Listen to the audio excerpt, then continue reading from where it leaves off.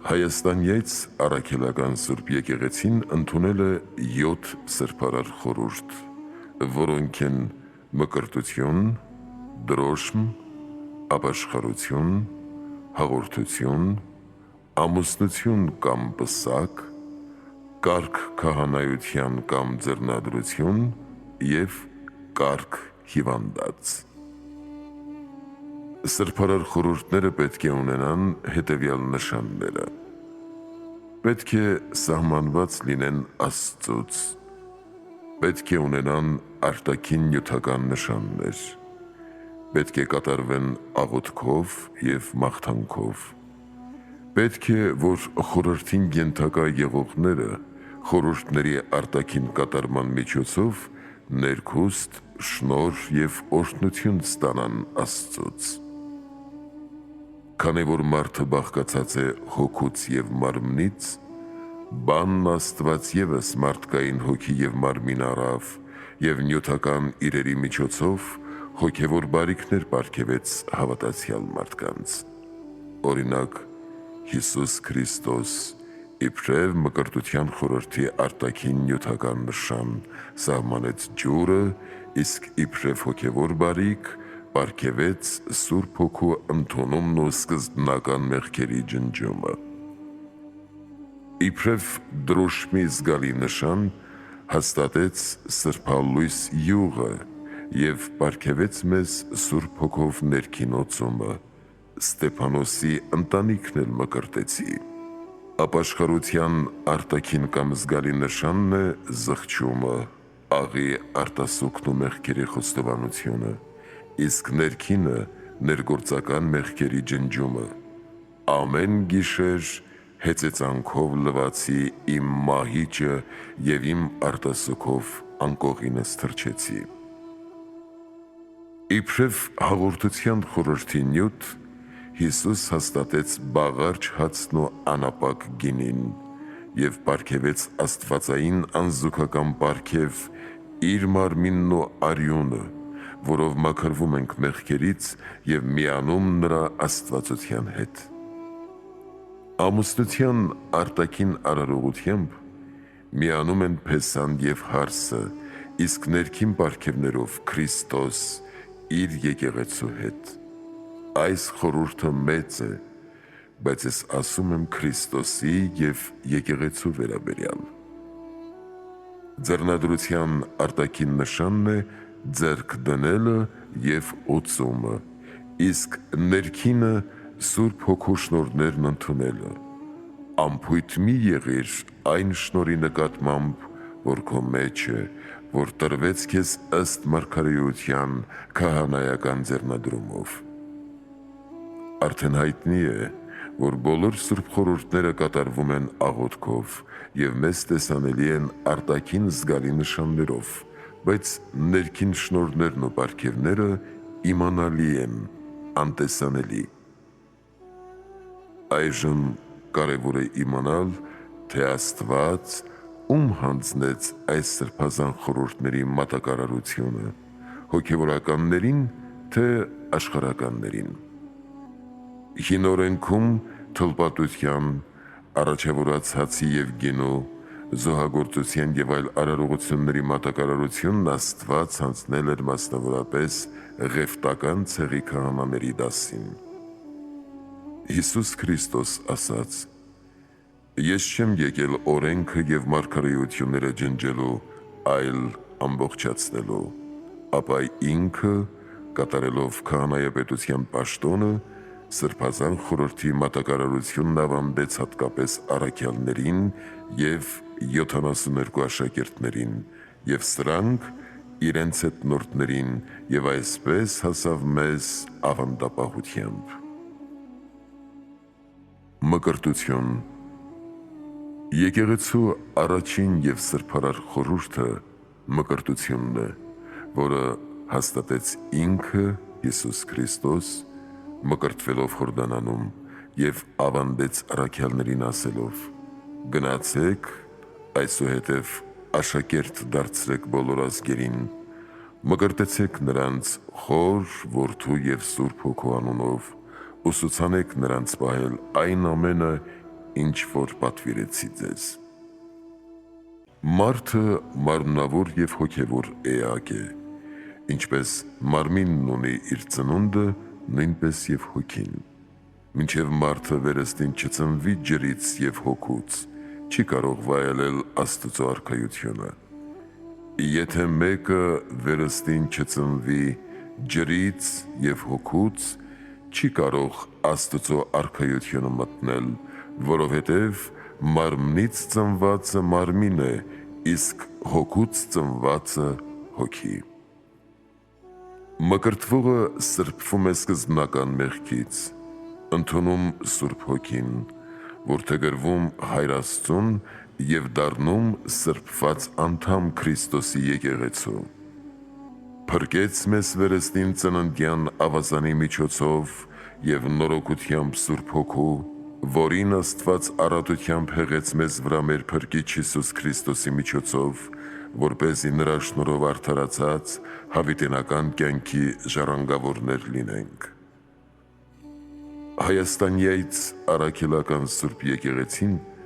պահպանել է մկրտության նախնական ձևը, այն է 3 անգամ ընկղմելը։ Առաջին ընկղմումը նշանակում է Հիսուս Քրիստոսի մահը, երկրորդը թաղումը, իսկ երրորդը հարությունը։ Այս գործողությամբ և աղոթքով թաղվում է հին մարդը, վերածնվում է նորը և հանձնվում հասարակած հարությանը Հիսուս Քրիստոսին։ Միթե չգիտեք, որ մենք մկրտվածներս ի Քրիստոս Հիսուս նրա մահով ենք մկրտվել, մկրտությամբ թաղվել ենք նրա հետ մահվան մեջ, որպեսզի ինչպես Քրիստոս մեռելներից հարություն առավ Հոր փառքով, նույնպես և մենք քայլենք կյանքի նորոգության մեջ։ Առաքյալների ժամանակներից սովորություն է դարձել մկրտել մանուկներին, ինչպես հին ուխտի մեջ 8-օրյա թլպատությունն է։ Եվ Լիդիա անունով աստվածավախ մի կին մկրտվեց ինքը և իր տունը։ Սուրբ Դիոնեսիոսը գրում է. «Մեր աստվածահրաշ առաջնորդները հաստատեցին մանուկներին մկրտության ընդունել։ Ահա այս է պատճառը, որ Հայաստանյայց առաքելական Սուրբ Եկեղեցին, հետևելով առաքելական կանոններին և ավանդություններին, ընդունել է մանուկների մկրտությունը։ Մկրտվողների մոտ լինում են կնքահայրեր, որոնք թե երաշխավոր են լինում կնքվողների դաստիարակությանը և թե նրանց կողմից դավանում են Սուրբ Երրորդությունն ու եկեղեցում խոստովանում քրիստոնեական ճշմարիտ հավատը։ Այս ավանդությունը մեզ է հասել շատ հնուց, ինչպես վկայում է Սուրբ Դիոնեսիոսը։ Քահանաները, ընդունելով մկրտվողին, նրան հանձնում են կնքահոր և առաջնորդի դաստիարակությանը։ Ինչպես հավատացյալների զորագլուխը Հիսուս Քրիստոս մկրտվելուց հետո մինչև իր վերջին շունչը սկսեց բարոյական պատերազմ մղել սատանայի և աշխարհի չարիքների դեմ, նույնպես և մկրտվողները հեռանում են հեթանոսական գործերից, ընդունում որդեգրության տիտղոսը, զինվորագրվում Սուրբ Երրորդությանը, մտնում Հիսուս Քրիստոսի դրոշակի տակ և սկսում մղել բարոյական պատերազմ մինչև իրենց մահը։ Համբերատարությամբ ընթանանք դեպի մրցասպարեզ, որ բացված է մեր առաջ, նայենք Հիսուսին, հավատի զորագլխին և կատարելագործողին, որ հանձն առավ խաչը, արհամարհեց ամոթը և նստեց Աստուծո աթոռի աջ կողմում։ Պատերազմեցի բարի պատերազմը, ավարտեցի ընթացքս, պահեցի հավատը։ Քաջալերվեցեք, որովհետև ես հաղթեցի աշխարհին։ Կայև մկրտություն նահատակությամբ ու արյամբ և աստվածային սուրբ սիրո կրակով, ինչպես ասում է Սուրբ Գիրքը։ Նա, Հիսուս, կմկրտի ձեզ Սուրբ Հոգով և հրով, նույն ինքը Հիսուս Քրիստոս ասաց. երկրի վրա կրակ գցելու եկա, ու թե այն բաժակը, որ ես ըմպելու եմ, կըմպեք, և այն մկրտությունը, որով ես մկրտվելու եմ, նրանով կմկրտվեք։ Ահա, այսպիսի մկրտությամբ մկրտվեցին այն մարտիրոսները, կույսերն ու կանայք, որոնք վարված էին Հիսուս Քրիստոսի և Սուրբ Հոգու սուրբ սիրո անանցանելի կրակով։ Այսպիսի մկրտությամբ մկրտվեց նախ ինքը Փրկիչը խաչապայտի վրա, ապա առաքյալները և Փրկչին բոլոր հետևողները։ Մկրտությունը սրբազան խորհուրդ է, աստվածային կնիկ, որի պատճառով և անկրկնելի, այսինքն մի անգամ Հոր, Որդու և Սուրբ Հոգու անունով մկրտվածը չի կարող երկրորդ անգամ մկրտվել, որովհետև կրկին մկրտվել նշանակում է կրկին խաչել Քրիստոսին, խայտառակել հավատը, աստվածային կնիքը և անպատվել Սուրբ Երրորդությանը։ Մեկ Տեր կա, մեկ հավատ, մեկ մկրտություն, որովհետև մեկ անգամ մկրտվածների համար, որ ճաշակեցին երկնավոր պարգևներից, հաղորդակից եղան Սուրբ Հոգուն,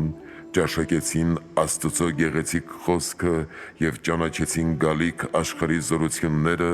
եթե ընկնեն, անհնար է երկրորդ անգամ ապաշխարությամբ նորոգվել, որովհետև նրանք վերստին խաչն են հանում Աստծո Որդուն և դարձյալ խաղք ու խայտառակ դարձնում։ Ահա այս է պատճառը, որ հավատո հանգանակում վճռել են. իմ մի մկրտություն։ Դրոշմ։ Եկեղեցու երկրորդ սրբարար խորհուրդը դրոշմն է, որ նշանակում է աստվածային կնիկ կամ Աստծո կնիքով դրոշմված։ Ուներ կենդանի Աստծո կնիքը,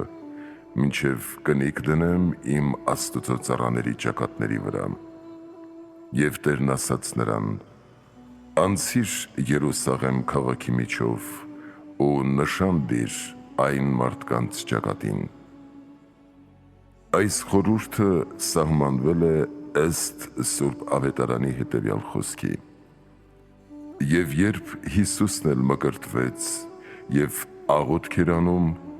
երկինքը բացվեց և Սուրբ Հոգին մարմնավոր տեսքով աղավնու պես իջավ նրա վրա։ Հայաստանյայից առաքելական Սուրբ Եկեղեցին մկրտությունից անմիջապես հետո նախ ջերմագին աղոթում է մկրտող քահանայի բերանով և ապա սրբալույս միրոնով դրոշմում մկրտվողի զգայարանները, որպեսզի դրոշմվողը արտաքին զգալի օծման և աղոթքի հետ ներքուստ ընդունի Սուրբ Հոգու ներքին օծությունը։ Այս բանը գրեցի ձեզ, որպեսզի ոչ ոք ձեզ չմոլորեցնի, իսկ այն օծումը, որը դուք ընդունեցիք նրանից, թող բնակվի ձեր մեջ։ Թեև Հիսուս Քրիստոսի հարությունից առաջ, թե Հովհաննես Մկրտիչը և թե առաքյալները մկրտում էին Հիսուս Քրիստոսի անունով, բայց մկրտվողները չէին ընդունում Սուրբ Հոգին, որովհետև դեռևս Սուրբ Հոգին չէր իջել առաքյալների վրա։ Սուրբ Հոգու վերնատուն իջնելուց հետո ավելի հաստատվեց դրոշմի սրբարար խորհուրդը առաքյալների ձեռքով։ Այնուհետև առաքյալներն ու աշակերտները սկսեցին ձեռք դնել մկրտվողների վրա և աղոթել, և Հիսուս Քրիստոսի անունով կանխավ մկրտվածներն ընդունում էին Սուրբ Հոգին։ Երբ Երուսաղեմում գտնվող առաքյալները լսեցին, թե Սամարիայում էլ են ընդունել Աստծո խոսքը, նրանց մոտ ուղարկեցին Պետրոսին և Հովհաննեսին, որոնք իջան և աղոթք արեցին նրանց վրա, որ Սուրբ Հոգին առնեն, որովհետև դեռ նրանցից ոչ մեկի վրա չէր իջել, միայն մկրտվել էին Տեր Հիսուս Քրիստոսի անունով։ Այն ժամ ձեռքները նրանց վրա դրեցին և նրանք ընդունում էին Սուրբ Հոգին։ Այսպես է նաև Եփեսոսում պատահածը, Սուրբ Պողոս Առաքյալը հանդիպում է Հովհաննես Մկրտչի կողմից մկրտվածներին, որոնք չէին ընդունել Սուրբ Հոգին։ Եվ երբ Պողոսը նրանց վրա ձեռք դրեց, Սուրբ Հոգին իջավ նրանց վրա։ Նույն Պողոս Առաքյալը գրում է. Ստեփանոսի ընտանիքն էլ մկրտեցին։ Նույն Սրբազան Առաքյալը գրում է այս խորհրդի մասին ևս. «Եվ նա, ով ձեզ հետ միասին հաստատեց մեզի Քրիստոս և օծեց մեզ, Աստված է, որը և կնքեց մեզ ու հոգու առհավատչյան դրեց մեր սրտերի մեջ»։ Ահա այսպես աղոթքով և օծմամբ դրոշմվողները ներքուստ ընդունում են Սուրբ Հոգու օծությունն իբրև Սուրբ եկեղեցուն Սուրբ Հոգով որդեգրված անդամներ և Աստծո հոգեկիր զավակներ։ Այլ ստացաք որդեգրության Հոգին, որով աղաղակում ենք «Աբբա, Հայր»։ Նույն ինքը Հոգին վկայում է մեր հոգուն, թե Աստուծո որդիներ ենք, և եթե որդիներ ենք, ապա և ժառանգներ, ժառանգներ Աստուծո և ժառանգակիցներ Քրիստոսի։ Մկրտող եպիսկոպոսները, վարդապետները կամ քահանաները սրբագործված յուղով խաչաձև դրոշմում են մկրտվողի ճակատը, աչքերը, ականջները, հոտոտելիքը, բերանը, ձեռքերը, սիրտը, մեջքը և ոտքերը խորհրդավոր և վսեմ աղոթքներով հանդերձ։ Օրինակ, ճակատը. «Յուղ անույշ հանուն Հիսուս Քրիստոսի, հեղյալի վրա քո կնիկ երկնավոր պարգևածն անապականության»։ Քրիստոսի անունով քեզ վրա հեղված անուշ յուղը երկնավոր անապական պարգևների կնիքն է։ Աչքերը. «Կնիքս հանուն Հիսուս Քրիստոսի լուսավորեսցե զաչս քո, զի մի երբեք ննջեսցես իմա»։ Քրիստոսի անունով այս կնիքը թող լուսավորի աչքերդ, որպեսզի երբեք չննջես մահով։ Ականջները. «Օծումն սրբության եղիցի քեզի լսելություն աստվածային պատվիրանացն»։ Այս սուրբ օծումը թող քեզ լսել տա աստվածային պատվիրանները։ Հոտոտելիքը. «Կնիքս հանուն Հիսուս Քրիստոսի եղիցի քեզ հոտ անուշության կենացի կյանս»։ Քրիստոսի անունով այս կնիքը թող լինի քեզ անուշահոտություն կյանքից կյանք։ Բերանը. «Կնիքս հանուն Հիսուս Քրիստոսի եղիցի քեզ պահպանություն բերանո և դուռն ամուր շղթանց քոց»։ Քրիստոսի անունով այս կնիքը թող լինի պահպանություն քո բերանին և ամուր դուռ քո շուրթերին։ Ձեռքերը. «Կնիքս հանուն Հիսուս Քրիստոսի եղիցի քեզ պատճառ բարեգործության ամենայն առաքինի գործոց և վարուց»։ Քրիստոսի անունով այս կնիքը թող լինի քեզ պատճառ բարեգործության բոլոր առաքինի գործերի և վարքի։ Սիրտը. «Կնիքս աստվածային սիրտ սուրբ հաստատեսցեի քեզ և հոգի ուղիղ նորոգեսցեի փորիքում»։ Այս աստվածային կնիքը թող սուրբ սիրտ հաստատի քո մեջ և ուղիղ հոգի նորոգի քո ներսում։ Մեջքը. «Կնիքս հանուն Հիսուս Քրիստոսի եղիցի քեզ վահան ամրության, որով կարասցես զամենայն նետս մուխս չարին շիջուցանել»։ Քրիստոսի անունով այս կնիքը թող լինի քեզ ամուր վահան, որով կարողանաս չարի բոլոր այրող նետերը հանգցնել։ Ոտքերը. «Կնիքս աստվածային ուղղեցցե զգնացս քո կյանս հավիտենից, զի մի սասանեցցիս»։ Այս աստվածային կնիքը թող ուղղի քո ընթացքը դեպի հավիտենական կյանք, որպեսզի չսասանվես։ Հետո մկրտողն ասում է դրոշմվածին. «Խաղաղություն ընդ քեզ, փրկյալդ Աստուծո, խաղաղություն ընդ քեզ, օծյալդ Աստուծո»։ Դրոշմի խորհուրդը նույնպես չի կրկնվում, քանզի կրկնելն անարգություն ու թշնամություն է Աստուծո նկատմամբ։ Խոսքը վերաբերում է միայն դրոշմին և ոչ թե ձեռնադրությանը, քանի որ օծված քահանան կամ վարդապետը կարող են ձեռնադրությամբ օծվել եպիսկոպոս և կաթողիկոս։ Ապաշխարություն։ Եկեղեցու երրորդ խորհուրդը ապաշխարությունն է, որ հաստատվել է Հիսուս Քրիստոսի կողմից։ Ես չեմ եկել արդարներին կանչելու, այլ մեղավորներին ապաշխարության։ Այս խորհուրդը կատարելու և ապաշխարողներին մեղքից ազատելու իրավունքը Հիսուս տվել է միայն եկեղեցու հոգևոր պաշտոնյաներին այս խոսքերով. «Նրանց առաքյալների վրա փչեց և ասաց. «Արեք Սուրբ Հոգին, եթե մեկի մեղքերն արձակեք, արձակված կլինի նրան, եթե մեկի մեղքերը կապեք, կապված կլինի»։ Հիսուս Քրիստոսի սույն հրամանին հետևելով է գրվել Հայաստանի այդ Սուրբ Եկեղեցու ընդունած Ողորմեսցին, որի մեջ խոստովանահայրն ասում է.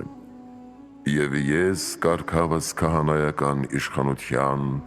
և հրամանավն Աստվածային, թե զոր արձակիցեք հերկրի, եղիցի արձակյալ հերկինս, նովին բանիվն արձակեմս քեզ, համենայն մասնակցութենե մեղած քոց»։ Եվ ես քահանայական իշխանության կարգով և Աստվածային հրամանով, թե որ մեղքն արձակեք երկրի վրա, արձակված կլինի երկնքում, նույն խոսքով արձակում եմ քեզ քո մեղքերի ողջ մասնակցությունից։ Առաքյալներից փոխանցվելով մեզ է հասել այս խորհուրդը, որը նույնությամբ պահել է Հայաստանյաց Սուրբ Եկեղեցին։ Ինչպես մկրտությունը լվանում և ջնջում է մեր սկզբնական մեղքը, իսկ դրոշմը Սուրբ Հոգու օծությամբ սրբում և վերածնում է մեր հոգիները, այնպես էլ ճշմարիտ ապաշխարությունն ու զղջումը սրբում են մեր ներգործական մեղքերը և վերահաստատում մեզ Աստուծո որդեգրության մեջ, եթե միայն ճշտությամբ ենք կատարում մեզանից պահանջվող ապաշխարության պայմանները, որոնք են կատարյալ զղջում, արտասվախառն աղոթք, անկեղծ խոստովանություն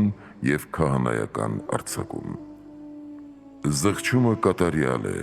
երբ ամբողջ սրտով ցավում ենք մեր անվայել արարքների համար, երբ զզվում ենք դրանցից և զգում, որ հանցավոր ենք Քրիստոսի մեր մեղքերը քավելու համար կրած չարչարանքների, թափած աստվածային արյան դեմ, և երբ մեղա գոչելով ընկնում ենք Աստծո գիրկը, ինչպես արեց անարակ որդին և վերահաստատվեց որդեգրության մեջ։ Մեր աղոթքն արտասվախառն է լինում, երբ մեր խղճի խայթը ներգործում է մեր զգայարանների վրա, երբ մռմռում են մեր հոգու վերքերը, երբ աճապարանքով գնում ենք Հիսուս բժշկապետի ոտքը, երբ զննության ենք ներկայացնում մեր ներգործական մեղքերի վերքերը և երբ լաց լինելով ասում ենք. «Ով երկնային բժշկապետ, քեզանից բացի ուրիշ բժիշկ չունենք, բժշկիր մեր վերքերը և հանգստացրու մեր խիղճն ու հոգին»։ Այսպես արդարացավ այն մեղավոր կինը, որ դիմեց Հիսուսին, արտասուքով թրջեց Փրկչի ոտքերը, իր մազերով սրբեց թափած արտասուքը և լսեց Քրիստոսից այս մխիթարական խոսքը. «Քո մեղքերը քեզ ներված են։ Խոստովանության գոյությունը շատ հին է։ Աստված հրավիրում է մարդկանց խոստովանելու իրենց մեղքերը և ասում է.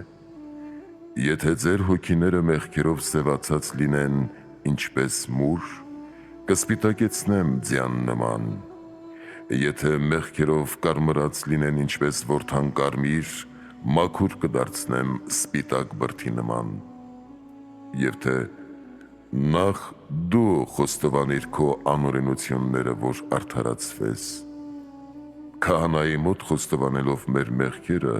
ասում ենք մեղա Աստծո և ոչ թե մեղա քահանային։ Ուրեմն քահանաներին խոստովանելով մենք կատարում ենք Աստծո պատվերը և հարգում քահանայությունն ու այն հաստատող քահանայապետին Հիսուս Քրիստոսին, ով ձեզ ընդունում է, ինձ է ընդունում, ով ձեզ անարգում է, ինձ է անարգում։ Այն ժամանակ նրա Հովհաննես Մկրտչի մոտ էին գնում բոլոր երուսաղեմացիները, ամբողջ Հրեաստանն ու Հորդանանի շրջակայքի ժողովուրդը, խոստովանում էին իրենց մեղքերը։ Խոստովանությունն անկեղծ է, երբ մենք մեր մեղքերը խոստովանում ենք իսկությամբ և ճշմարտությամբ։ Անկեղծ խոստովանությամբ արդարացան Դավիթ մարգարեն, բազմաթիվ մեղավորներ Քրիստոսի, առաքյալների և նույնիսկ մեր ժամանակներում։ Այս պատճառով Հակոբոս առաքյալը պատվիրում է. «Ձեր մեղքերը միմյանց խոստովանեք և միմյանց համար աղոթք արեք»։ Խոստովանությունը կեղծ է, երբ ծածկագետ Աստծո առաջ խոստովանում ենք, ծածկելով մեր մեղքերը, կամ պատճառները գցում ենք այլոց վրա, կամ թաքցնում մեր մեղքերը և կամ էլ ի ցույց մարդկանց խոստովանում։ Այսպիսի խոստովանությունը շարժում է Աստծո բարկությունը, իսկ խոստովանողները փոխանակ արդարանալու պատժվում են Աստծո արդար վրեժխնդրությամբ, ինչպես պատժվեցին Ադամը, Եվան, Կայենը, Սավուխ թագավորը, Քարմեի որդի Աքարը, մատնիչ Հուդան, Անանիան և Սափիրան և այլ տղամարդիկ ու կանայք։ Պետրոս առաքյալը, հանդիմանելով Անանիայի և Սափիրայի կեղծ խոստովանությունն ասում է. «Անանիա, ինչու սատանան լցրեց քո սիրտը, որ խաբես Սուրբ Հոգուն, մարդկանց չստեցիր, այլ Աստծուն»։ Ապաշխարության գործնական օրինակ են նինվեացիները, որոնք փրկվեցին ծոմապահությամբ, զղջմամբ, արտասուքով, խոստովանությամբ և աղոթքով։ Աստված ողորմած է, չի կամենում մեղավորների մահը, այլ կամենում է, որ մարդիկ դառնան իրենց չար ճանապարհներից և ապրեն անմահ հոգով։ Այս է պատճառը, որ հանգանակում դավանում ենք, հավատում ենք ապաշխարության, մեղքերի քավության և թողության։ Հաղորդություն։ Եկեղեցու 4-րդ խորհուրդը հաղորդությունն է, որ հաստատեց ինքը Հիսուս Քրիստոս վերնատանը Պասեքի ընթրիքի ժամանակ։ Փրկիչը օրհնելով բաղարջ անխմոր հացը, մանրեց, տվեց աշակերտներին և ասաց. «Առեք, կերեք,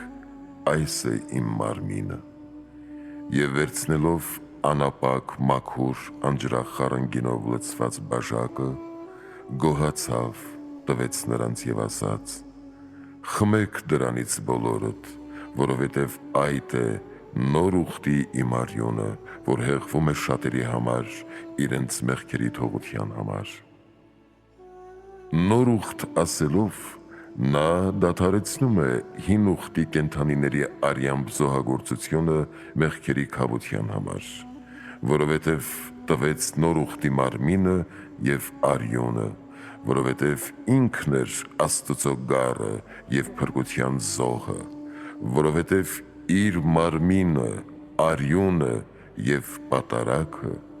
աստվածային լինելով գերազանց են ոչ միայն կենդանիների զոհերից, այլև մարդկանցից։ Որչափ առավել արյունը Քրիստոսի,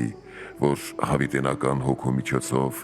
ինքն իրեն որպես անարատ պատարագ մատուցեց Աստծուն։ Նրա արյան հեղումին, որ ավելի խոսուն է, քան արյունն Աբելի։ Այս սրբարար խորհուրդը, ինչպես Հիսուս Քրիստոս անխմոր հացով և անապակ գինով ավանդեց առաքյալներին, և նրանք էլ իրենց հետևողներին, մինչև հասավ մեզ, սրբությամբ պահել է Հայաստանի այդ Սուրբ եկեղեցին իբրև Քրիստոսավանդ խորհուրդ։ Հաղորդության սրբարար խորհուրդը, ինչպես մեր մարմնի, այնպես էլ հոգու աչքերի առաջ պատկերում է Փրկչի մարմնանալը, չարչարանքը, խաչի վրա կրած տանջանքը, թափած աստվածային արյունը, մահը, թաղումը և հարությունը քավության և թողության համար։ Այս պատճառով հաղորդվելու ժամանակ մեզ համար հույժ կարևոր է ունենալ հետևյալ պատրաստությունը. Ա. Կատարյալ հավատով մերձենալ Սուրբ հաղորդությանը, ապաշխարությամբ պատրաստված մերձենալ, ինչպես պահանջում է նախորդ խորհուրդը։ Մեր մտքի աչքերի առաջ պատկերացնել Հիսուս Քրիստոսի մեզ համար կրած բոլոր դառն տանջանքները, մտովի քննել մեր արժանավորությունն ու անարժանությունը, հաշտվել բոլոր նրանց հետ, ումից խռովված կամ նեղացած ենք և կամ քեն ունենք։ Այս հանգամանքները նկատի ունենալով է գրում Պողոս առաքյալը, որովհետև ես ընդունեցի Տիրոջից, ինչ որ ավանդեցի ձեզ, այն որ Տեր Հիսուս այն գիշերը, երբ մատնվեց, հաց վերցրեց, գոհացավ, կոտրեց և ասաց. «Այս է իմ մարմինը, որ ձեզ համար է, արեք այս իմ հիշատակի համար»։ Նույն ձևով էլ ընթրիքից հետո վերցրեց բաժակը և ասաց. «Այս բաժակը նոր ուխտ է իմ արյունով, արեք այս իմ հիշատակի համար, քանի անգամ էլ որ խմեք։ Քանի անգամ որ այս հացն ուտեք և այս բաժակը խմեք, պատմեք Տիրոջ մահը, մինչև որ նա գա։ Ահա թե ինչու, ով որ ուտի այս հացը կամ խմի Տիրոջ այս բաժակն անարժանորեն, պարտական պիտի լինի Տիրոջ մարմնին ու արյանը։ Թող մարդ նախ ինքն իրեն փորձի և ապա ուտի այդ հացից ու խմի այդ բաժակից, որովհետև ով ուտում է և խմում անարժանորեն, իր իսկ դատապարտությունն է ուտում և խմում, քանի որ չի տարբերում Տիրոջ մարմինը։ Դրա համար իսկ ձեր մեջ բազում հիվանդներ ու ցավագարներ կան և շատերն էլ մեռած են։ Որովհետև եթե մենք մեզ քննեինք, ապա չէինք դատապարտվի, իսկ եթե դատվում ենք, Տիրոջից խրատվում ենք, որ աշխարհի հետ չդատապարտվենք։ Առաքելական խրատի այս տողերը մեզ համար պետք է լինեն ամենամեծ զգուշության քարոզ, որ անպատրաստ կամի ցույց մարդկանց չմերձենանք այս սրբարար խորհրդին։ Առանց հաղորդվելու ոչ կարող ենք Քրիստոսի հետ միանալ և ոչ նրա չարչարանքներին մասնակից լինել, ոչ կարող ենք կյանք ունենալ և ոչ խղճմտանքի հանգստություն, ինչպես վճռաբար ասում է Փրկիչը. «Եթե չուտեք մարդու որդու մարմինը և չըմպեք նրա արյունը, ձեր մեջ կյանք չեք ունենա։ Ով ուտում է իմ մարմինը և ըմպում իմ արյունը, հավիտենական կյանք ունի, և ես նրան վերջին օրը հարություն պիտի տամ։ Ով ուտում է իմ մարմինը և ըմպում իմ արյունը, կբնակվի իմ մեջ և ես նրա մեջ»։ Մկրտությամբ սկզբնական մեղքից ազատված և դրոշմի օծմամբ Սուրբ Հոգու շնորհները վայելած մանկանց ևս պետք է տալ Սուրբ Հաղորդություն, որպեսզի նրանք չզրկվեն այս անզուգական պարգևից։ Մանուկներին հաղորդելու սովորությունը մինչև այսօր պահպանվել է Հայաստանյայց առաքելական Սուրբ Եկեղեցում։ Ահա այսպիսի պատրաստությամբ և զգուշավոր գիտակցությամբ հաղորդվողները սրբվում են իրենց ներգործական մեղքերից, ժառանգում հավիտենական կյանք քավությամբ և թողությամբ։ Իսկ անարժանությամբ, անխտրությամբ և անպատրաստությամբ հաղորդվողները ժառանգում են դատաստան, դատապարտություն, պատիժ, հիվանդություն, հավիտենական մահ և կրակ, քանզի մեր Աստվածը ոչնչացնող կրակ է։ Քրիստոսի սրբարար մարմնին և արյանը հաղորդվելով մոտենում ենք Աստվածությանը և միանում նրան Հիսուս Քրիստոսի շնորհիվ։ Իսկ այժմ Հիսուս Քրիստոսի միջոցով դուք, որ մի ժամանակ հեռացած էիք, մերձավորներ եղաք Քրիստոսի արյամբ, որովհետև նա է մեր խաղաղությունը, նա, որ երկուսը մեկ դարձրեց, իր մարմնով քանդեց թշնամության միջնորմը։ Ամուսնություն կամ պսակ։ Եկեղեցու 5-րդ սրբարար խորհուրդը ամուսնությունն է, որը հաստատել է ինքն Աստված Ադամի հավանությամբ։ Երբ Աստված Եվային բերեց Ադամի մոտ, Ադամը հավանելով գոչեց. «Այժմ սա ոսկոր է իմ ոսկորներից և մարմին իմ մարմնից, թող սա կոչվի կին, որովհետև իր ամուսնուց ստեղծվեց»։ Ադամի հավանությունից հետո Աստված օրհնելով նրանց ամուսնությունը ասում է. «Աճեք, բազմացեք և լցրեք երկիրը»։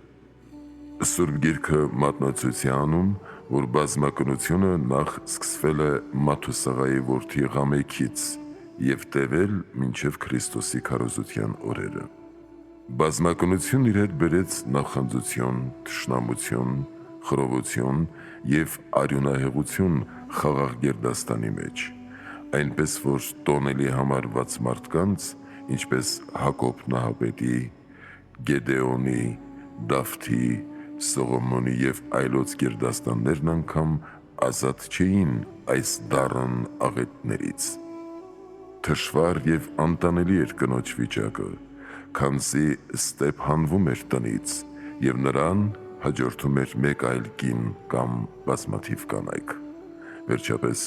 ամուսնությունը չմնաց իր սրբարար դերի մեջ մարդկանց պատվիրանազանցության պատճառով։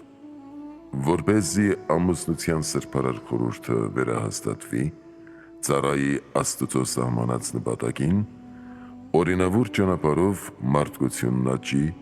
և ամուսնությունը վերստին սրբագործվի միակնությամբ, Հիսուս Քրիստոս վճռեց, ով սկզբից ստեղծեց, արու և էգ արեց նրանց և ասաց. «Դրա համար տղամարդը պիտի թողնի հորն ու մորը և պիտի գնա իր կնոջ ետևից, և երկուսը մեկ մարմին պիտի լինեն»։ Ապա ուրեմն ոչ թե երկու, այլ մեկ մարմին են։ Արդ ինչ որ Աստված միացրեց, մարդը թող չբաժանի։ Ահա այսպես Հիսուս Քրիստոսի շնորհիվ Սուրբ Եկեղեցու կողմից արգելվեց բազմակնությունը, սրբվեց ընտանեկան հարկը, վերահաստատվեց կնոջ իրավունքը, վերստին գերդաստանի մեջ մտան սեր, խաղաղություն և քաղցր կյանք, քանզի ինչպես ի սկզբանե մարդը գերդաստանի մեջ համարվում էր թագավոր, նույնպես էլ կինը համարվեց թագուհի։ Հենց այս է պատճառը, որ Հայաստանյայց Սուրբ Եկեղեցին պսակելու ժամանակ թագազարդում է Փեսայի և Հարսի գլուխները, թագավոր անվանում Փեսային և թագուհի Հարսին։ Փեսան հրապարակավ ուխտում է ցմահ տեր լինել Հարսին, և Հարսն ուխտում է ցմահ հնազանդ լինել Փեսային։ Սուրբ Պողոս առաքյալն ամուսնության սրբարար խորհրդի մասին գրում է. «Այս խորհուրդը մեծ է, բայց ես ասում եմ Քրիստոսի և եկեղեցու վերաբերյալ»։ Սուրբ Գիրքը շատ տեղերում Սուրբ եկեղեցին նմանեցնում է հարսի, իսկ Քրիստոսին Փեսայի, հատկապես երգոցը։ Քրիստոսի և եկեղեցու, Աստծո և մարդու միությունը և փոխհարաբերությունը նկարագրվում է հարսի և Փեսայի սիրո օրինակով։ Ինչպես անբաժանելիորեն միացած է բանն Աստված մարդու հետ և մարդը բանի աստվածության հետ, նույնպես էլ անանջատ միանում են Փեսան և հարսը ամուսնությամբ և լինում մի մարմին։ Ահա այս է պատճառը, որ Հիսուս Քրիստոս վճռաբար ասում է. «Ինչ որ Աստված միացրեց, մարդը թող չբաժանի»։ Որովհետև անլուծելի է պսակը, ուստի Պողոս սրբազան առաքյալն ասում է. «Կանայք իրենց այրերին թող հնազանդ լինեն, ինչպես կհնազանդվեն Տիրոջը, որովհետև այրն է գլուխը կնոջ, ինչպես որ Քրիստոս գլուխն է եկեղեցու և ինքն է փրկիչն այդ մարմնի։ Եվ ինչպես եկեղեցին հնազանդվում է Քրիստոսին, նույնպես և կանայք թող հնազանդվեն իրենց այրերին ամեն ինչում։ Այրեր, սիրեցեք ձեր կանանց, ինչպես որ Քրիստոս սիրեց եկեղեցին և իրեն մատնեց նրա համար, որ սրբացնի ավազանի մաքրությամբ, խոսքով, որպեսզի նա իր առաջ փառավոր կերպով կանգնեցնի եկեղեցին, որ ոչ մի արատ կամ աղտեղություն կամ նման բաներից ոչինչ չունենա, այլ լինի սուրբ և անարատ։ Խրատում է ամուսնացողին, որպեսզի տեղի չտան գժտության և ատելության, այլ երկուստեք անքակտելի պահեն սերը, որպեսզի ցմահ անքակտելի մնա և կենակցության կապը, որի մեջ է երջանկության քաղցրությունը։ Որպեսզի ամուսնությունն օրինավոր լինի, պսակը վավերական և ամուսնացողների մեջ անքակտելի մնա սիրո կապը, Հայաստանյաց Սուրբ Եկեղեցին ամուսնացողներից պահանջում է հետևյալ անհրաժեշտ պայմանները. ամուսնացողները պետք է լինեն չափահաս, որպեսզի կարողանան ինքնաճանաչ որոշմամբ վճիռ ընդունել։ Երկուստեք ազատ կամքով ու համահաճ պետք է լինի ամուսնացողների միավորությունը և ոչ ակամա և հարկադրաբար։ Ամուսնացողները պետք չէ ունենան ազգակցական մերձավորություն, այսինքն արյունակցական հեռավորությունը չպետք է լինի 7 պորտից պակաս։ Պսակը պետք է լինի հայտնի եկեղեցու սահմանած օրերին և քահանայի ձեռքով և ոչ թե գաղտնի արգելված օրերին, անհայտ քահանայով կամ որևիցե ապօրինի միջոցով։ Այս պայմանները պահանջվում են ոչ միայն կույս, այլև այրի ամուսնացողներից։ Սուրբ Գիրքը շուն է անվանում այն մարդուն կամ կնոջը, որ թողնելով իր օրինավոր կենդանի ամուսնուն, ուրիշ կին կամ ուրիշ մարդ է առնում։ Արդ, ինչ որ Աստված միացրեց, մարդը թող չբաժանի։ Եվ եթե մի մարդ արձակի իր կնոջը և ուրիշին առնի, շնություն արած կլինի, և մի կին, եթե թողնի իր ամուսնուն և ուրիշ մարդու կին լինի, շնություն արած կլինի։ Բայց եթե վախճանվում է երկուսից մեկը, կենդանի մնացողն ազատ է, կարող է Աստծով անարգել ամուսնանալ։ Սակայն եթե այրն ու կինը կենդանի են և բաժանված, նրանք կամ պետք է հաշտվեն և ապրեն միմյանց հետ և կամ ցմահ մնան առանց ուրիշի հետ ամուսնանալու։ Կարգ քահանայության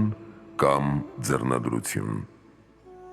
Եկեղեցու 6-րդ սրբարար խորհուրդը քահանայության կարգն է կամ ձեռնադրությունը, այն հաստատված է շատ վաղուց։ քահանայության մասին առաջին սուրբգրային հիշատակումը գալիս է Աբրահամի և Մելքիսիդեկի հանդիպման դրվագից, ուր վերջինիս մասին ասվում է, որ նա բարձրյալ Աստծո քահանա էր։ Քահանայական կարգը Իսրայելի տան մեջ աստվածային հրամանով հաստատվում է Մովսես մարգարեի միջոցով, որը շարունակաբար պահպանվում է մինչև Աստծո որդու ծնունդը Սուրբ Կույսից։ Հիսուս Քրիստոս լրումն էր հին օրենքի և մարգարեների։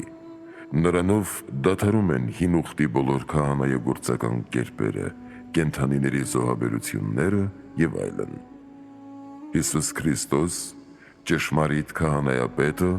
խաչի վրա ինքն իրեն զոհաբերելով մեր մեղքերի համար հաստատում է նոր անարյուն քահանայագործություն և իր ընտրյալ աշակերտներին լիակատար իշխանություն տալիս այդ քահանայագործությունը հաստատելու երկրի վրա։ Առաքյալները հետևելով իրենց քահանայապետի Հիսուս Քրիստոսի ավանդած օրինակին, սկսեցին նախ վիճակով ընտրել արժանավորներին և ապա ձեռնադրել, աղոթելով և ձեռք դնելով ընտրյալների վրա։ Այսպիսի զգուշավոր ընտրությամբ ձեռնադրեցին սարկավագներ, երեցներ, վարդապետներ և այլն, եպիսկոպոսներ և դպիրներ։ Հայաստանյաց Սուրբ եկեղեցին իբրև սրբազան ավանդ պահպանել է նաև այս ավանդությունը։ Եվ որովհետև այս սրբարար խորհրդին կոչվածները նվիրվում են աստվածային պաշտոնի և եկեղեցու սրբարար խորհուրդների մատակարարության, այդ պատճառով էլ առաքելական եկեղեցին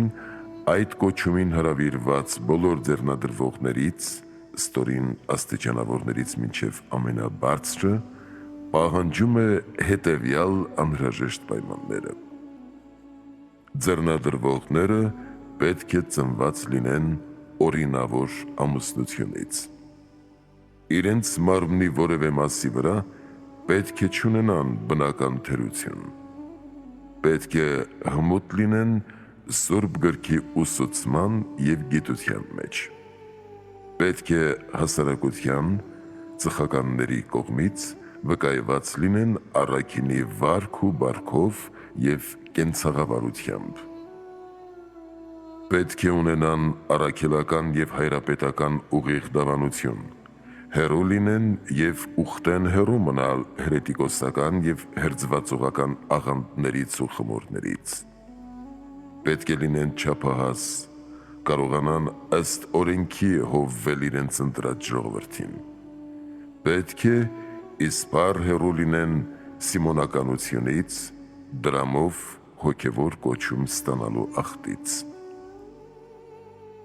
Ահա այս պարագաները նկատի ունենալով Սուրբ Պողոս առաքյալը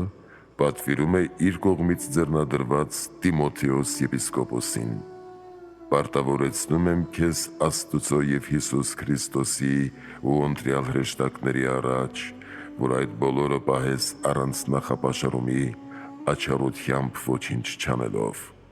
Ձեռքերդ շտապով որևէ մեկի վրա մի դիր և ուրիշների մեղքերին մասնակից մի եղիր, քեզ մաքուր պահիր։ Եվ թե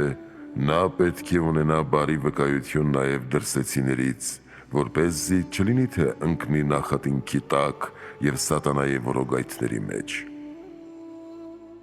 Առաքյալի խոսքից պարզ է, որ կարգի կամ ձեռնադրության կատարումը տրված է եպիսկոպոսներին։ Սուրբ Գիրքը տգետ քահանայացուների մասին վճռում է Աստծո բերանով. «Քանի որ դու մերժեցիր գիտությունը, ես էլ քեզ կմերժեմ, որ քահանայություն չանես ինձ համար»։ Ահա այսպես և հին, և նոր կտակարանները զգուշացնում են բնավ չձեռնադրել անարժաններին, ամենևին չձեռնադրել անպարկեշտ, հպարտ, անբարոյական, թշնամանող, բռնացող, կռվասեր, արծաթասեր, տգետ և այսպիսի այլ հատկանիշներով անձանց, այլ ձեռնադրել պարկեշտ, հեզ, խոնարհ հյուրասեր, ուսուցանող, բարոյական, խաղաղասեր, անընչասեր, մարդասեր, չափահաս, խնամացու և Սուրբ գրքի հմուտ կոչվածներին, որոնց այդ առաքինի հատկությունների մասին արդարությամբ վկայում է նաև ծխական ժողովուրդը։ Սուրբ Գիրքն Աստծո բերանով հրամայում է այս զգուշավորությունն ունենալ այն պատճառով, որ քահանայի շուրթերը զգույշ լինեն գիտության համար, մարդիկ պիտի օրենքներ փնտրեն նրա բերանից, քանի որ նա է ամենակալ Տիրոջ պատգամաբերը։ Պատրաստ եղեք պատասխան տալու ամեն մարդու, որ կհարցնի ձեր մեջ եղած հույսի պատճառը։ Սուրբ Գիրքը հոգևոր հովիվներին պատվիրում է հավատարիմ սպասավոր լինել Աստծո պաշտոնի մեջ, հավատարիմ լինել Աստծո եկեղեցու ծառայության մեջ։ Արածեցրեք Աստծո այն հոտը, որ ձեզ է հանձնված վերակացու լինելով ոչ թե հակառակ ձեր կամքի, այլ հոժարակամ ըստ Աստծո, ոչ թե շահախնդրությամբ, այլ հոժարությամբ, ոչ թե տիրելով նրանց, այլ օրինակ լինելով հոտին։ Այս սրբարար խորհուրդն իր մեջ ունի հետևյալ աստիճանները՝ դռնապանություն, դպրություն, երդմնեցուցչություն, ջահնկալություն, կիսասարկավագություն, սարկավագություն, քահանայություն, վարդապետություն, եպիսկոպոսություն, կաթողիկոսություն։ Եպիսկոպոսների, վարդապետների և քահանաների պարտականությունն է շարունակ քարոզել Աստծո խոսքը ժողովրդին, քարոզել պարզ և ժողովրդին հասկանալի լեզվով, ժողովրդի միջից հեռացնել մոլությունները, անկարգություններն ու նախապաշարումները, առաջնորդել նրան դեպի աստվածային ճշմարտություններ, որովհետև եթե ավետարանում եմ, այդ ինձ համար պարծանք չէ, քանզի պարտավորություն է դրված ինձ վրա, բայց վայ է ինձ, եթե չավետարանեմ։ Եթե կամովին եմ անում այդ, վարձ կա ինձ համար, իսկ եթե ակամա, պարտականություն է ինձ հանձնված, որովհետև նա, ով իր երկնային հորից ստացել էր առաքելության և քահանայապետության պաշտոնը, գործով կատարեց իր քարոզածը։ Ես եմ լավ հովիվը իր կյանքն է տալիս ոչխարների համար, իսկ վարձկանը, որ հովիվ չէ, և ոչխարներն էլ իրենը չեն, երբ տեսնում է, որ գայլը գալիս է, թողնում է ոչխարներին ու փախչում, և գայլը հափշտակում է նրանց ու ցրում։ Ահա այսպես իրենց բանավոր հոտի համար իրենց անձն էին դնում առաքյալները, աշակերտները, շատ հայրապետներ, եպիսկոպոսներ, վարդապետներ և քահանաներ։ Կարգ հիվանդած։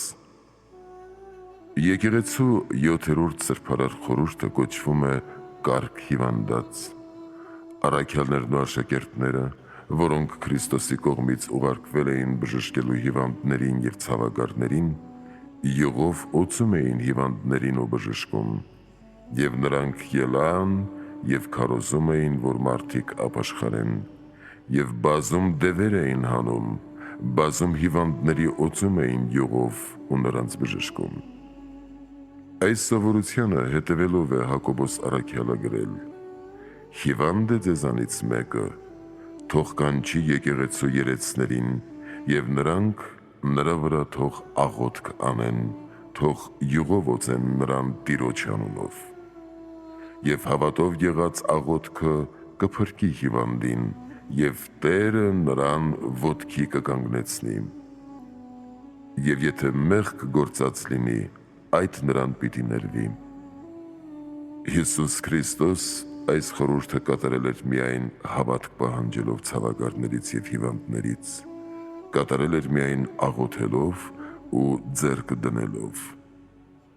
Առաքյալներն ու աշակերտները, հետևելով Հիսուս Քրիստոսի օրինակին, բժշկություն էին կատարում նաև առանց յուղի գործածության, հավատով, աղոթքով և ձեռք դնելով։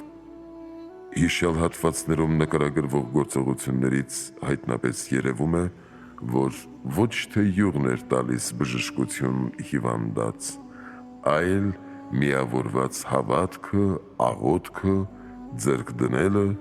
և Հիսուս Քրիստոսի անվան զորությունը։ Այս է վկայում նաև Սարգիս շնորհալին, ոչ թե յուղն էր հիվանդին առողջություն տալիս, այլ Տիրոջ անունը։ Հայաստանյաց եկեղեցին այս խորհուրդը նախապես կատարել է օրհնված յուղի գործածությամբ։ Սակայն հետագա դարերում մեր եկեղեցու հայրերը նպատակահարմար գտան օծման արարողությունն անջատել աղոթական մասից, միավորել դրոշմի խորհրդին և այն դարձնել մեկ անգամ կատարվող խորհուրդ քրիստոնյայի կյանքում։ Իսկ հիվանդած կարգը սկսեց կատարվել աղոթքով, ավետարան կարդալով, ձեռք դնելով առանց օծման։ Քահանան նախ հիվանդի կողմից ջերմեռանդությամբ կարդում է 6-րդ Սաղմոսը. «Ողորմյա ինձ Տեր, զի հիվանդ եմ, Տեր, մի սրտմտությամբ քով հանդիմաներ զիս» և այլն, ապա կարդում մի բժշկության ավետարան, ապա վասն հիվանդած և փարատյա, ինչպես սահմանված է Մաշտոցի մեջ։